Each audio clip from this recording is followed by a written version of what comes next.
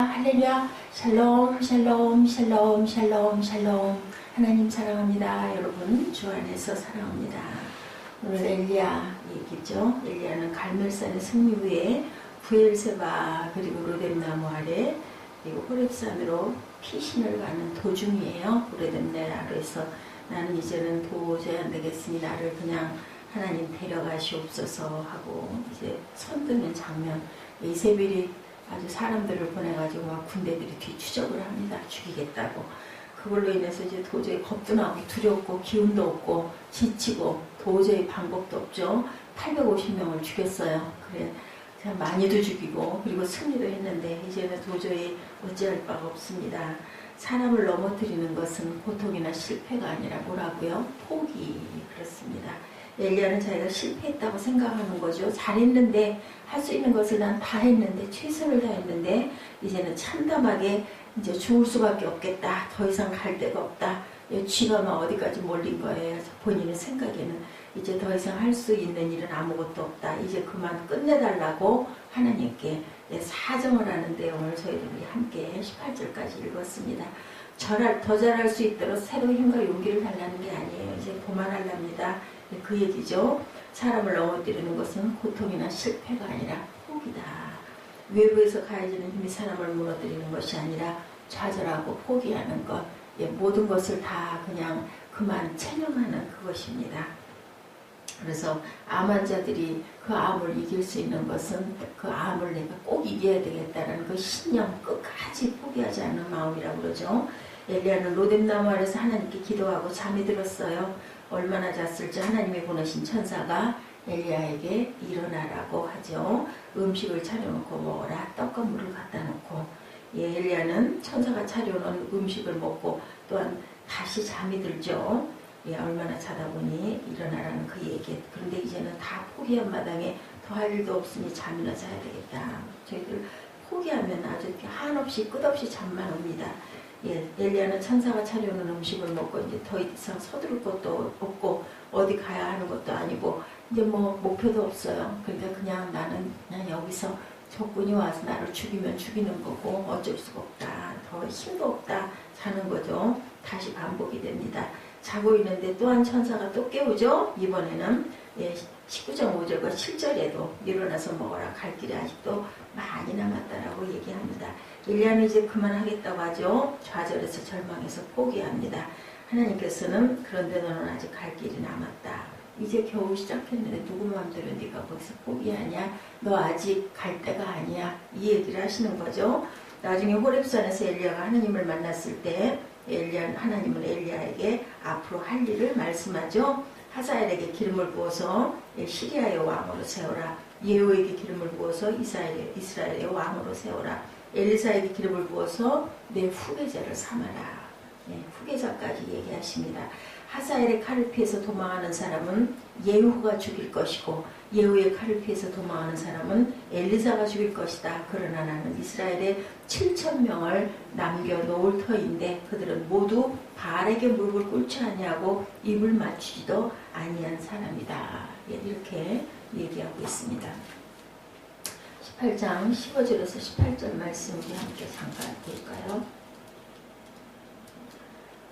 엘리야가 이르되 내가 섬기는 만군의 여호와께서 살아계심을 두고 맹세하노니 내가 오늘 아합에게 보이리라. 오바다가 가서 아합을 만나 그에게 말하매 아합이 엘리야를 만나러 가다가 엘리야를 볼 때 아합이 그에게 이르되 이스라엘을 괴롭게 하는 자야 자는 너냐. 그가 대답하되 내가 이스라엘을 괴롭게 한 것이 아니라 당신과 당신의 아버지의 집이 괴롭게 했으니 이는 여호와의 명령을 버렸고 당신이 바알들을 따랐습니다. 라고 이렇게 얘기하고 있습니다. 19장 15절에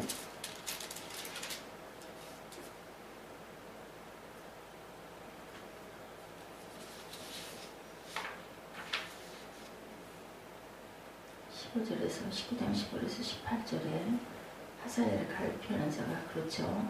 그러나 내가 이스라엘 가운데 7,000명을 남기니 다 바알에게 무릎을 꿇지 아니하고 바알에게 입 맞추지 아니한 자다. 이렇게 말하고 있죠.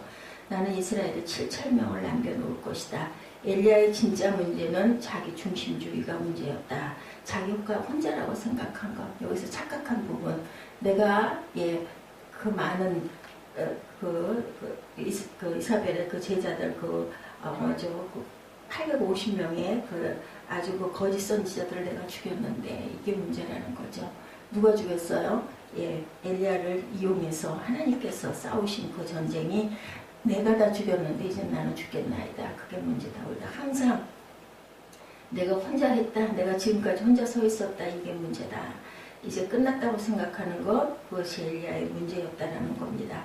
위대한 예언자였지만 이스라엘 역사에 둘도 없는 큰 인물이었지만 엘리야는 자기가 이룬 놀라운 업적들 뒤에 하나님께서 일하셨다는 것을 잊어버리고 있었다.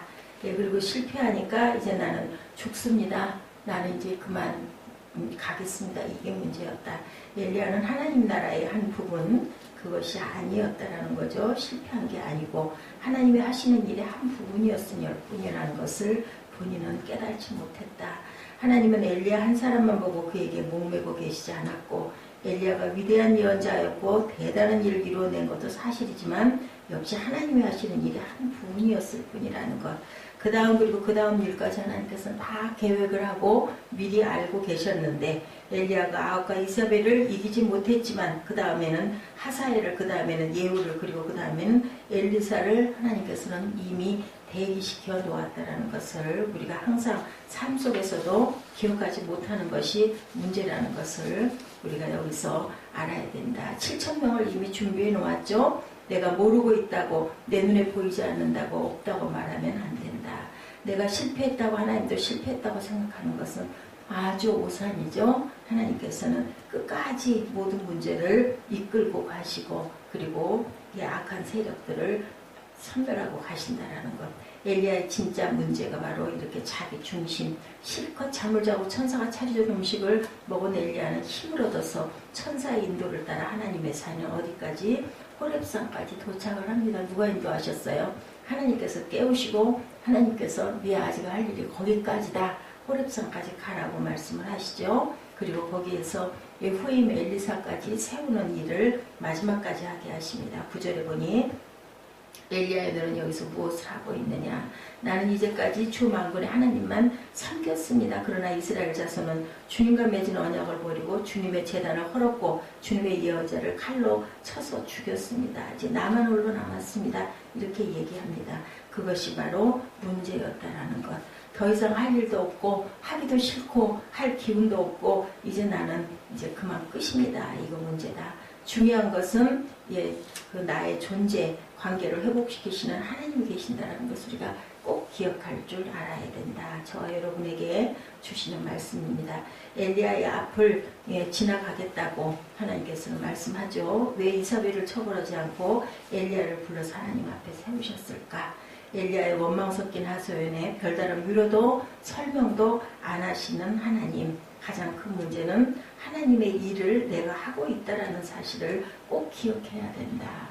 그렇죠? 우리 교회 문제도 마찬가지입니다. 제가 끌고 가는 게 아니고 제가 가는 게 아니고 하나님께서 알고 계시고 보고 계시고 하나님께서 인도하신다는 것을 끝까지 믿고 갈 줄 알아야 된다. 언제나 하나님 앞에 서야 한다는 것을 우리가 기억해야 된다. 내가 하는 사역보다 내 존재를 더 귀하게 여기시는 하나님이라는 것을 잊지 말아야 된다. 하나님은 내가 한 일, 내가 이룬 업적을 보지 않고 내 존재를 보신다. 네가 얼마나 어느 정도나 하나님께 순종하고 잘하고 있는지 하나님을 믿고 하나님을 사랑하는 나를 보고 계신다는 것을 오늘 본문에서 우리가 기억해야 된다.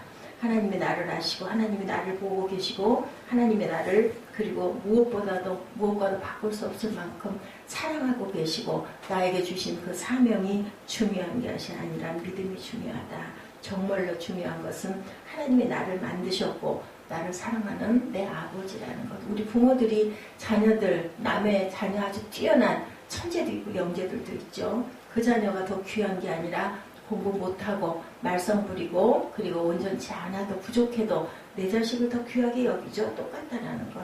부모에게는 자녀의 성적이 중요한 게 아니라 살아있고 존재하고 있고 내 아들이라는 것, 내 딸이라는 게 중요하다는 것을 우리가 꼭 잊지 말아야 된다. 그 생각하면 딱 맞죠. 공부 못하고 지질이 부족해도 그래도 내 자식이 더 낫죠. 아이가 아프면 어때요? 내 생명이라도 줄 것까지 마음이 안타깝습니다. 내가 그냥 차라리 아프고 말지. 하나님의 마음이 이 마음이라는 것. 우리 자녀들 태어날 때 마음이 어땠어요? 얼마나 귀하고, 그저 내가 배 아파서 내가 낳는데, 내 생명을 걸고 자녀를 낳는데 이 마음이 굉장히 귀한 것처럼 하나님께서도 지금 엘리야가 무엇을 하고 어떤 때는 그 대단한 그 사역자라는 게 중요한 게 아니다. 너는 내 거다. 내 아들이다. 내 자식이다. 이게 중요하다. 내가 사랑은 그리고 나를 사랑하는 내 아들로 내 앞에 서 있는 것, 그것 자체만으로도 귀하다라는 거죠. 예, 해도 해도 끝없는, 조금도 변하지 않는 그 이세벨, 그저 끝까지 달라지지 않고 고쳐지지 않는 아주 지겨울 정도로 사단이죠. 조금도 달라지지 않는 그 이세벨을 내가 어떻게 할 수 없습니다. 거기에서 하나님께서는 네가 하는 게 아니라 내가 하는 거지. 너는 내가 하라는 대로만 하면 된다라는 거죠. 엘리야가 위대한 예언자이기는 했지만 완전한 사람은 아니었다. 위대한 사람이었지만 어때요? 하나님에게는 한없이 부족한 자녀일 수밖에 없었다라는 거죠. 예, 자기도 모르는 새에 내가 한 일이라고 하나님이 하신 일을 혼동하고 있었던 엘리야라는 것. 엘리야 역시 하나님 없이 살 수 없는 연약한 존재였다라는 것. 때로는 자기 업적의 마음을 빼앗겨 교만해지지만 말이 잘 안 되고 실망하기도 하고 자기가 다 한다고 생각하는 그러한 우리들의 모습에 문제가 있다는 것을 오늘 말씀에서 하나님께서 모든 일을 알고 계시고 보고 계시고 하신다는 것을 우리가 기억해야 된다. 하나님은 말씀하십니다. 너는 여기서 뭐하고 있니? 너 왜 그러니? 너 왜 자꾸 그렇게 좌절하니? 내가 널 사랑하는데, 내가 너를 얼마나 아끼는데 왜 그렇게 실망하고 왜 이렇게 슬퍼하느냐? 먼저 앞서가지 말아라. 그리고 오늘도 말씀하시죠. 일어나라. 갈 길이 아직 남았다. 내가 네 손 잡아줄게. 나와 함께 같이 가자. 말씀하시죠. 솔로몬과 술람미 여인도 그랬죠. 나와 함께 가자. 꽃도 피고 동산에는 이제 봄이 왔으니 하고 부르시는 주님의 음성을 듣고 오늘도 귀한 하루 되시기를 주님의 이름으로 축복합니다.